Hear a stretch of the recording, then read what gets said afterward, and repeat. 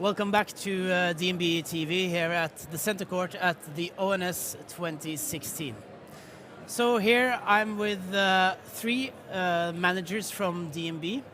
Berit Henriksen, heading up the energy division in DNB. Kristin Holt, heading up the shipping and offshore division. And head of seafood, Anne Wistendal. Welcome to you all. Thank you. And it's not a coincidence that the three of you that's been invited to our studio today, because usually we actually have the energy focus, but today and this year's conference, we are talking about the whole industry cluster as the ocean economy. Why are we talking about the ocean economy as such, Berit?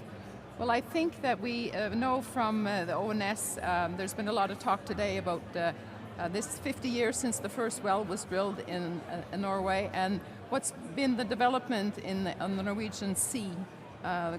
All the seas around Norway has been phenomenal these last 50 years. But I think the reason we're also bringing in the ocean cluster is that it's really also based on some other businesses and industries that this country has stood for many, many years.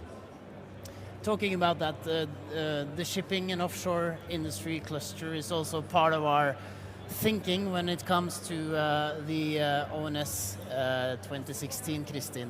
So what are the most important challenges, you would say, facing the shipping and offshore industries?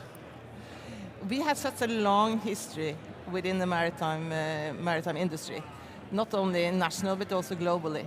And to see that we can now have much closer cooperation between our three industries and to have a whole ocean industry as one focus is really where somewhere both Norway and DNB can make a difference. Anna, you are heading the seafood division, definitely a part of the oceans.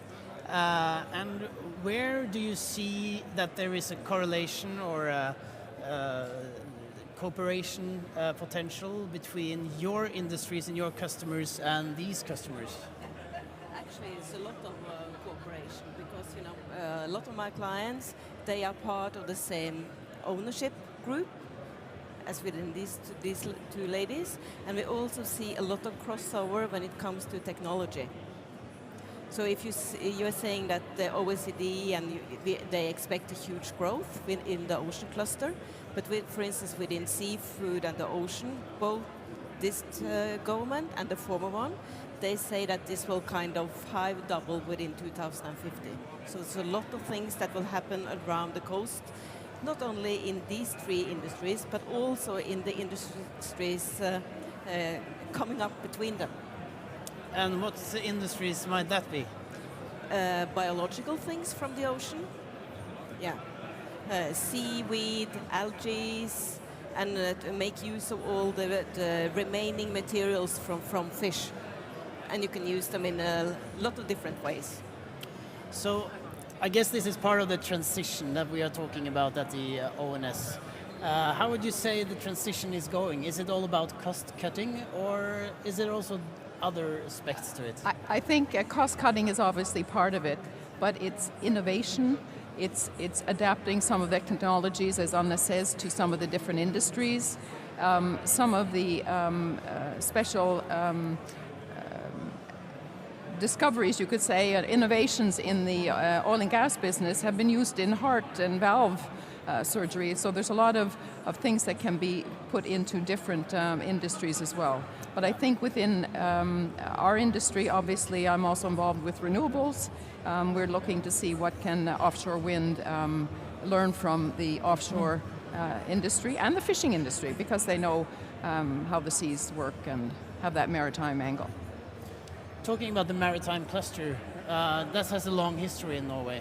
Is the Norwegian maritime cluster kind of a sweet spot where all these industries can kind of grow together?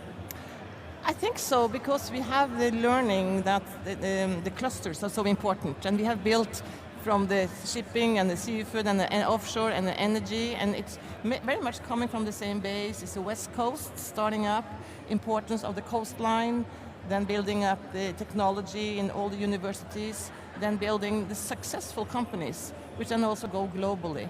And I would say very few can compare to the strong clusters we have had through cycles.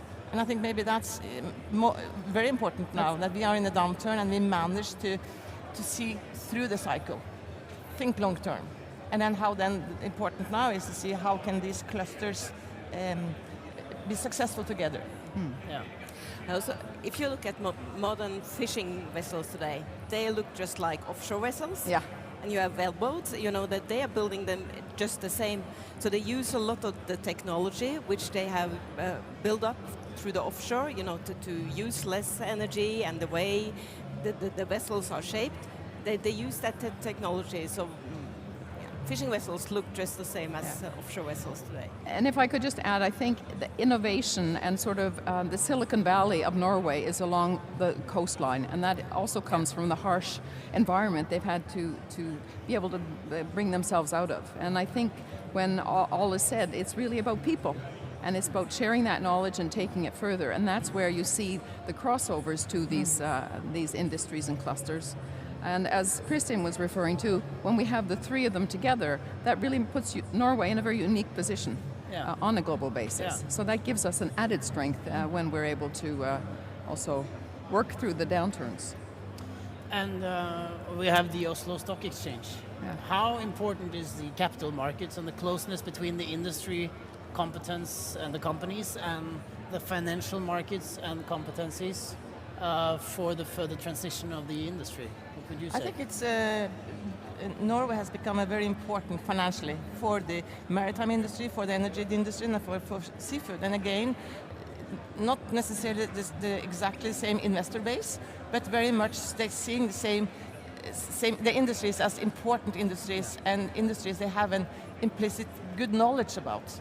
So the banks have taken a strong position in the maritime sector.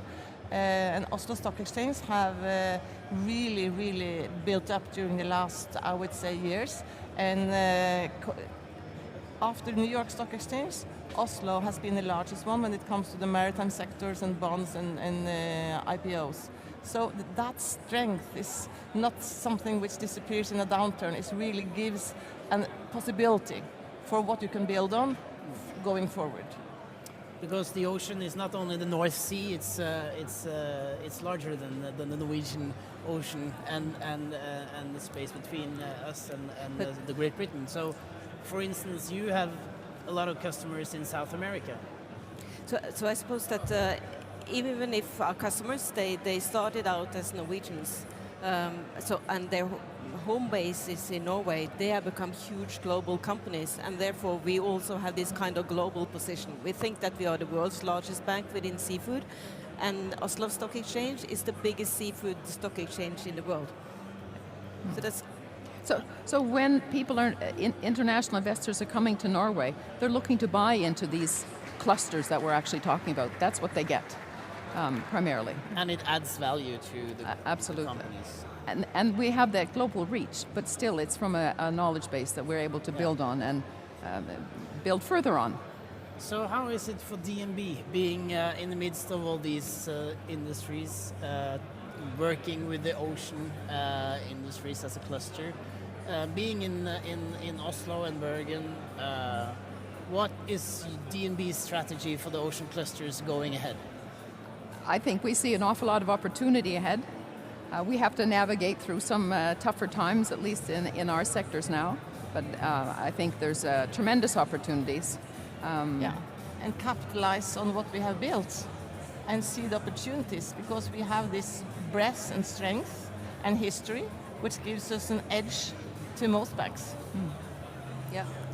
I mean, we have a global position within all these three industries, and combine that together with add the competitive advantages of the Norwegian players, that gives us a very good global edge as well. So, to round up this short conversation, what would you say is actually transition? What does transition mean to you, Berit? I think transition means that you are always willing to adapt and to change and to innovate. You have to continue to look at what's happening around, maybe try to see what the future is going to embrace, and then we have to try to match that. And obviously in our bank, we also are looking at the cleaner energies as well as the traditional sector. So I think it's very important that we're part of that going forward. And for you, Kristin? Transition for the maritime industry now is also use opportunity to go into the future, to not misuse a challenging time to not necessarily clean up, but to think through what is the business model you want in the future. And that's very difficult to do when everything is blue sky, but to use that opportunity now and see where you can make a difference. And to you, Anna, what is transition? Yeah. Let's give an example, because in my part of the industry there is a lot of blue skies, and the government, they have issued this kind of development licenses now, and up to now it is 36 different companies. Yeah. And you know, they all use different kind of technologies, and a lot of the technologies come from the offshore sector. So you see that you kind of change the resources in a country from where there you have a lot of free resources where they can be used in a good way. Yeah, hundreds of years from now. The transition is just started, so good luck to you and with your program here at the ONS. And thanks for watching.